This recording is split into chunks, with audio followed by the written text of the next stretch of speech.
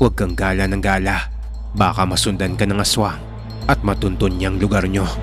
Story time.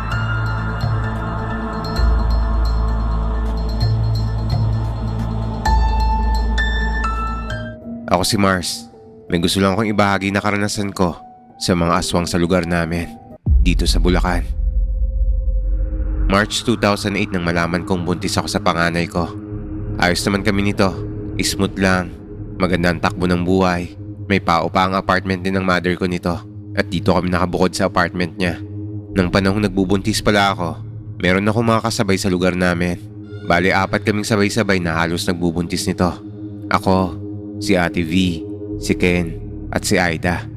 Hanggang sumapit ang May 2008, may umupa sa amin na mag-asawa. Si Weng at si Rose. At buntis din si Rose sa mga panahon na to. Dahil dito, sinabihan na kami na matanda naming kapitbahay na si Kakalo na mag-ingat kami sa mga galaw namin. Mag-ingat kayong lahat dahil ang dami niyong buntis ngayon. Huwag kayong gala ng gala sa kung saan-saan dito sa Bulacan. At baka mamaya ay may aswang kayong makasalubong at matuntun nila yung lugar natin.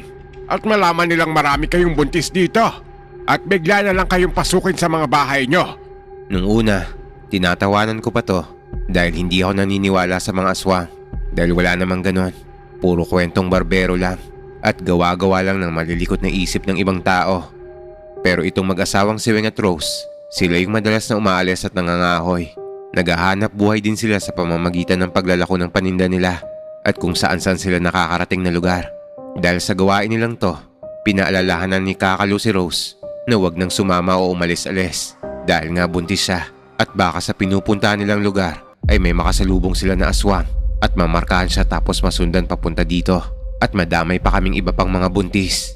Pero nagsabi naman si Rose na mag-iingat daw siya kaya walang nagawa si Kakalo at nagpatuloy pa rin si Rose sa pagsama sa asawa niya. Nang mga panahon na to, ilig pa namin magbingo sa hapon at umaabot pa kami ng hating gabi.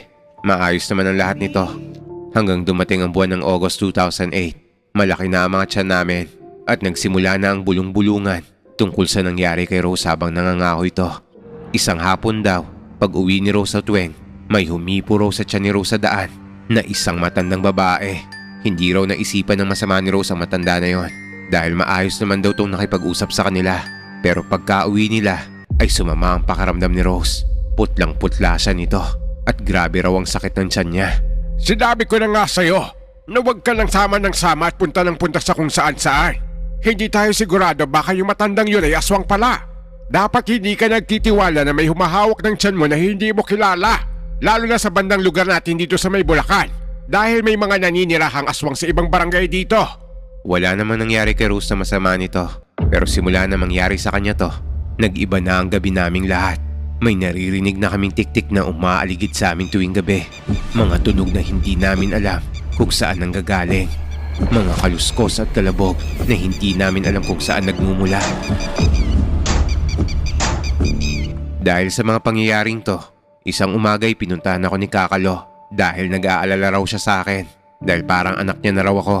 Kaya dinalhan niya ako ng buo na matulis at inilagay niya yon sa tinutulugan kong kwarto sa taas.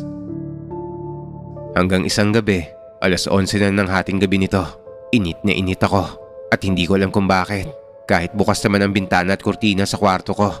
Maya-maya lang